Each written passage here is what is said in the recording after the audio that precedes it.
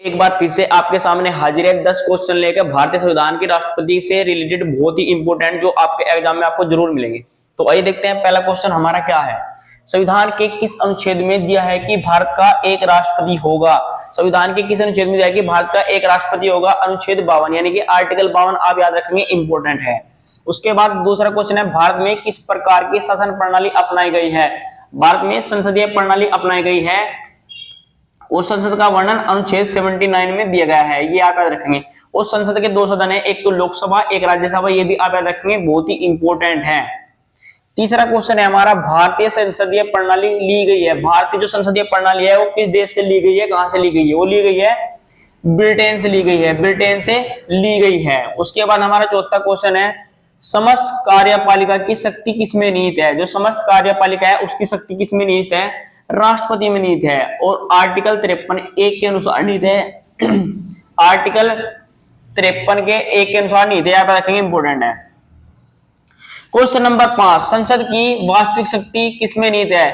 संसद का जो नाममात्र प्रधान होता है वो राष्ट्रपति होता है, और संसद की जो वास्तविक शक्ति होती है किसमें निहित होती है? मंत्री परिषद में निहित होती है, बहुत ही इंपॉर्टेंट है, याद रखेंगे बहुत ज्यादा।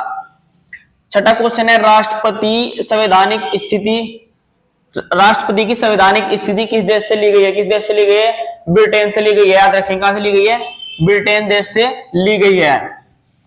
राष्ट्रपति पद की योग्यताएं अनुच्छेद कौन से में है? अनुच्छेद 58 में राष्ट्रपति पद की योग्यताएं दी गई, याद रखेंगे, इंपॉर्टेंट है। क्वेश्चन नंबर 8 भी इंपॉर्टेंट है, राष्ट्रपति की न्यूनतम आयु कितनी होती है? 35 वर्ष। जो राष्ट्रपति है उसकी न्यूनतम आयु कितनी होती है? 35 वर्ष, और अधिकतम आयु, उसमें अधिकतम आयु कोई सीमा नहीं दी गई है, याद रखेंगे, अधिकतम आयु कोई सीमा नहीं दी गई है। क्वेश्चन नंबर 9, राष्ट्रपति का निर्वाचन होता है। देखो, निर्वाचन दो प्रकार से होते हैं, एक तो प्रत्यक्ष रूप से, एक अप्रत्यक्ष रूप से। तो पूछ रहा है राष्ट्रपति का निर्वाचन होता है किस रूप से होता है? अप्रत्यक्ष रूप से होता है। प्रायोरिटी के आधार पर राष्ट्रपति की वोटें डाली जाती है, यहाँ पे रखेंगे, इंपॉर्टेंट है। क्वेश्चन नंबर 10 है हमारा, दिल्ली तथा पांडिचेरी विधानसभा के जो सदस्य निर्वाचित किए जाते हैं वे राष्ट्रपति के निर्वाचन में भाग लेते हैं, और ये जो इसमें निर्वाचन में भाग लेने वाले जो सदस्य जोड़े गए थे, ये कौन सा संविधान संशोधन किया था और कब जोड़े गए थे? ये किया गया था 70वां संविधान संशोधन 1992 करके।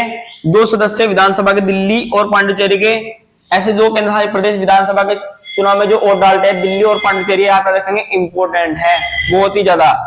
तो आज की वीडियो में इतना ही, धन्यवाद।